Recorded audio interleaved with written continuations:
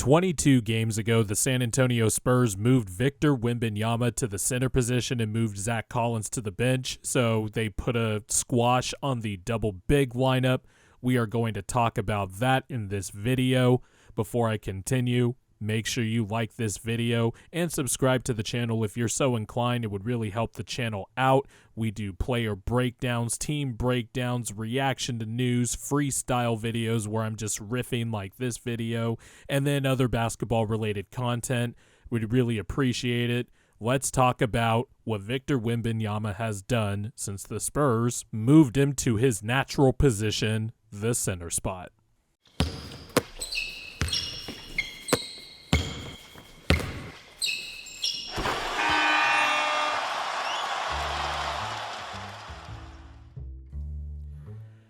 The San Antonio Spurs still have one of the worst records in the NBA, but they have been more watchable as of late, especially since moving Tre Jones to the starting point guard position about 11 games ago. I made a video earlier in the year how it was actually for the Jeremy Sochan experiment that they were trying to do at point guard. You got to get something out of your 9th overall pick, and Victor Wembanyama was still going to develop and freestyle. And I think Victor has still gotten the green light to freestyle since moving to center. They've used him a lot more as a hub too. You could really see his passing pop for the Spurs. I think Victor actually might be the second best passer on the Spurs team, right after Tre Jones. Even though Vassell is averaging a bit more in terms of assists per game, I just think as far as a playmaker, I like Wembanyama's feel a little bit more. But regardless, since the Spurs moved Victor Wembanyama to the center position, starting in that Chicago Bulls game at home,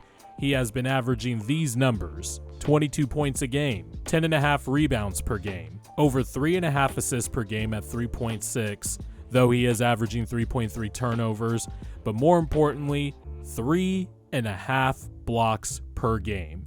He has moved to the paint around the rim a little bit more on the defensive end, and the thing about him is he's just so long that it just feels like he can be everywhere at once. There was one possession, and I'm sure it's circling around the internet, but Victor Wembanyama basically scared Daniel Gafford tonight when the Spurs played the Wizards, scared Daniel Gafford away from even attempting a shot at the rim, and then Kyle Kuzma got the ball, and he tried to do like a floater flip shot over Victor Wembanyama, who just went straight up, and Victor didn't even jump, and he grabbed the ball out of the air, and it's just absurd.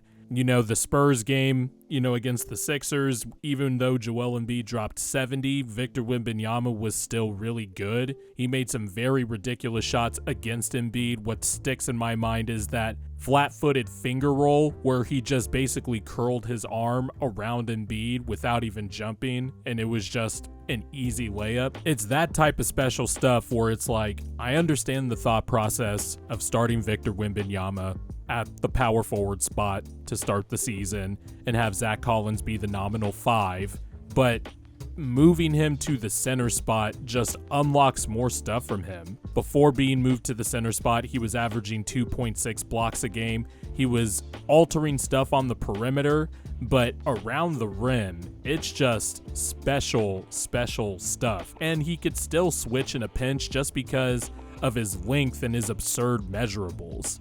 Kind of like what the Oklahoma City Thunder have been doing with Chet Holmgren all year. It's like, you're going to take your lumps at center. That's just is what it is. You're going to be our 5 of the future. And I think the Spurs are doing a good thing here by starting Wembanyama at the 5, because it just unlocks more stuff. He can get some easier shots from 3. He's been shooting better from 3, even though 33% is still not good.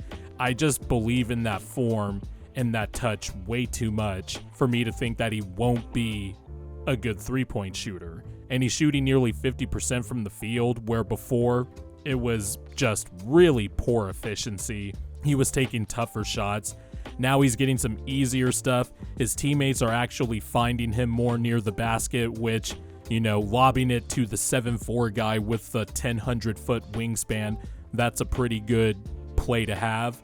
And Tre Jones has helped. I've always said Tre Jones has helped. I was just interested in for the Sochan experiment. I thought it was something that Pop was trying to be innovative with, It has definitely had a lot of drawbacks, but I do think in the long run, and it still is going to be an unpopular opinion, but I do think that will help Sochan in the long run.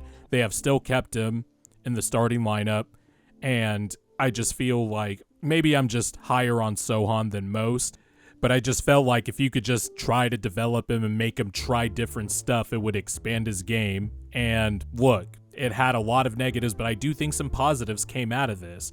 I still think he's multiple Clay, and I don't know what type of player he is. I just know he's going to be interesting and a very good player for the Spurs in the long run. And since Tre Jones was inserted into the starting lineup, that has also helped Sochan too. And don't look now, but Sochan is also shooting better from 3 this year compared to last year, averaging 14 points a game in the last 13 since Tre Jones was inserted into the starting lineup basically. But going back to Victor Wembanyama, I like this move for the Spurs to put him back to his natural position because I just think in the long run he's a 5. I think, if there's anything we've learned from the last 7 to 8 years with guys like Giannis, Jokic, Embiid, etc., there is no set prerequisites to be a center. There's centers of all shapes and sizes now. They're all skilled. You look at Chet Holmgren, Victor, still very high on Evan Mobley. Hell, even Jarrett Allen has been playing great since Evan Mobley has been out. Obviously, Alperen Şengün. A few years from now, I believe we're going to be talking about Jalen Duren and Mark Williams. There's just all types of different centers and different shapes and sizes, and I got the thought process of preserving Victor at the power forward spot, but eventually you have to rip the Band-Aid off. And the crazy thing with Victor is he's doing this on a minutes restriction. I can't imagine what it's going to be like once that minutes restriction is lifted off. And then it becomes real scary. He's averaging 27 minutes a game since he started at center, and he's put up better numbers than when he was starting at power forward and he was averaging 30 minutes a game. So that's kind of something to track here. I'm excited that Victor is finally expanding his game at the 5, and that dude is going to be a fucking monster for years to come.